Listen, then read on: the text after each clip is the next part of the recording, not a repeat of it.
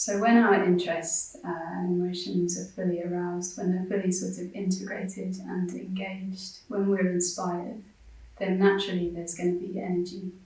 But this second iddhipada, the second basis of spiritual potency, is a particular kind of energy. So it's called virya. And virya traditionally means energy that is flowing towards the good. It's energy that's channeled towards realizing truth. And this kind of energy, it can be sort of vigorous and alive, like we might normally think of energy. But it can also be a sort of deeper, quieter current. Virya can mean a sort of intentness or volition or will, and this can run deep and quiet.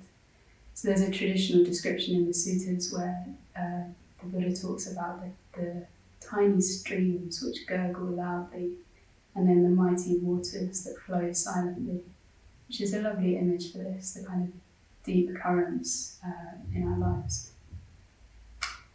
And there are 5 traditional qualities of virya. Virya is ever ready, it's applied work, it doesn't lose heart, it doesn't turn back, and it's never satisfied. So virya that's ever ready just points to this quality of when our emotions are fully engaged in a way, when we're sort of engaging the breadth of our emotional life, our energies are available to us. So it's ever ready. It's not blocked. And then secondly, it's applied work. So it doesn't only need to be available to us, we also need to be able to direct and focus our energy. Otherwise, there's a tendency for energy to become sort of dissipated or scattered or wasted.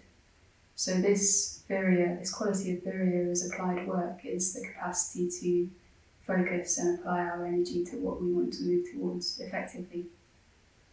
And I find this interesting because it means that virya requires more than just chanda, more than just desire. It also requires discipline and commitment, because our inspiration can sort of wax and wane. So we need this virya as applied work to sustain us in times when our inspiration might not be so available to us. Thirdly, virya doesn't lose heart. So traditionally virya is also infused with patience, which means that when we face challenges on the path or when we encounter obstacles, we don't lose heart. We continue to trust in the practice and to sort of place our heart upon it. And then fourthly, there's virya that doesn't turn back. So after that initial spark of fascination, it's a bit like in a long-term relationship. We need to mature our energy. It needs to sustain itself through time. So this quality of virya that doesn't turn back, we sort of cultivate a continuity of intention, a continuity of purpose. And then fifthly, virya that's never satisfied. So we can think of the spiritual life as a process of ever-increasing positive mental states, ever-increasing growth and development.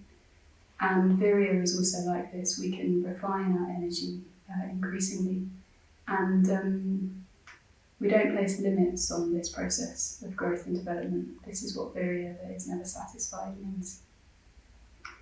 So we've got these 5 traditional qualities of virya. And then Padmasambhava, he holds the golden vajra.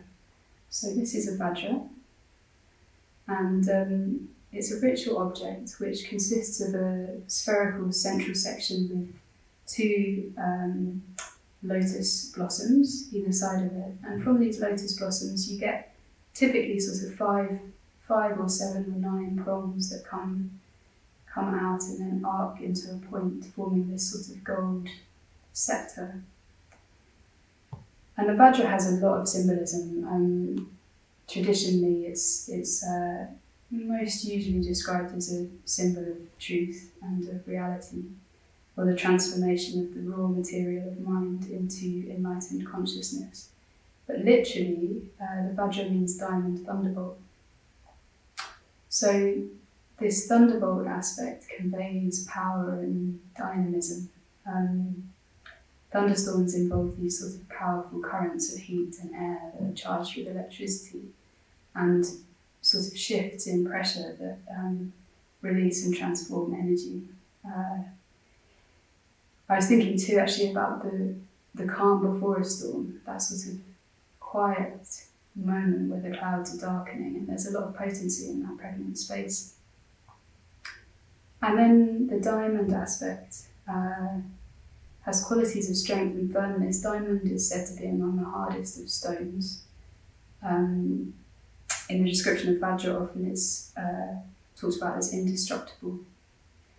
And then I think this also actually echoes the qualities of virya as enduring, as patient, as sustained through time. It's like a diamond in that respect. And then it's also obviously something very precious, something refined and pure.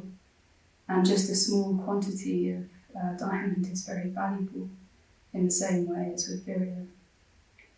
The Sangharakshita describes it as something infinitely powerful and immutable that is irresistible and stays the same in all conditions.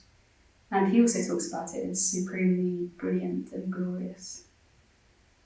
So Padmasambhava holds this golden vajra between his thumb and his second and third finger like this. And he holds it resting on his right knee. I think it's quite amazing to hold such a powerful symbol between the tips of three fingers. There's something of skill in that. So he wields this vajra with incredible sort of skill and precision. And this mudra is also known as the demon taming mudra. So he wields it skillfully with precision, but also with sort of strength and fearlessness, facing obstacles and challenges and demons on the path. So this is the vajra. And practicing virya, this second basis of spiritual potency, involves discipline and commitment. It involves being able to access and apply and deepen and sustain and refine our energies. And then we too will be wielding the golden vajra.